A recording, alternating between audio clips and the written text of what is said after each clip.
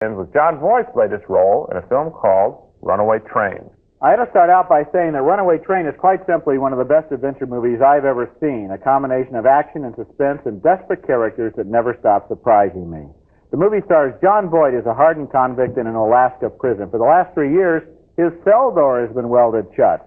But now he's escaped, taking another convict, played by Eric Roberts, along with him, and they get on board a train, but the engineer dies of heart failure, and it turns into a runaway. Here they are talking about their prospects in the outside world. I'll tell you what you're going to do. You're going to get a job. That's what you're going to do. You're going to get a little job, some job a convict can get, like scraping off trays in the cafeteria or cleaning out toilets. And you're going to hold on to that job like gold, because it is gold. Let me tell you, Jack, that is gold. You listen to me? And when that man walks in at the end of the day, and he comes to see how you done, you ain't going to look in his eyes.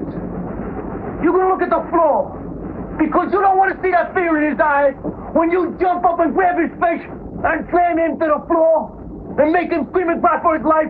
So you look right at the floor, Jack. Pay attention to what I'm saying. And then he's going to look around the room, see how you done. He's going to say, oh, you missed a little spot over there. Gee, you didn't get this one here. What about this little bitty spot? And you're going to suck all that paint inside you, and you're going to clean that spot. And you're going to clean that spot until you get that shining clean. And on Friday, you pick up your paycheck. And if you could do that, you could be president of Chase Manhattan Corporations. If you could do that. That's a great speech. It turns out they're not the only two people on the runaway train. Rebecca De Mornay plays a crew member who's also powerless to stop the train. What did you say? No break, no break. That's mean. That's true.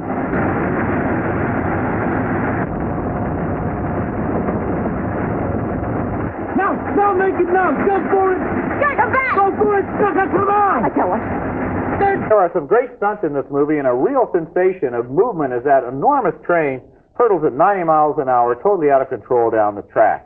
Most of the movie consists of cutaways between that train and the railroad dispatchers who are desperately trying to get everything out of its way. But if that were all the movie was about, it'd be exciting, but it would also be pretty predictable. The very best thing about Runaway Train is the way the characters of those convicts, played by John Voight and Eric Roberts, are developed as that train races through Alaska. This is John Voight's best performance in a long time, and by the end of the film, he had me absolutely fascinated about whether he would choose life or death. Runaway Train is a great film, and I just hope it doesn't get overlooked in the avalanche of so many of the other holiday pictures. Well, Roger, I liked what John Voight did in the film, and I liked the first thing that we saw very, very much. It's a beautiful speech. I think it's at the core of the film. And if I think the film had been more on that tone, I think it would have been much better. I find there are four main characters in this film. We saw three of them, De Mornay and the two convicts, and the fourth character is really the train. And I'll tell you, the train, they use so much of it, it really bored me. Really? I got bored seeing the train. They cut so much of the train. All that dispatcher stuff, it was just phony compared to the realism of Voight's performance. Eric Roberts, I thought, overacted.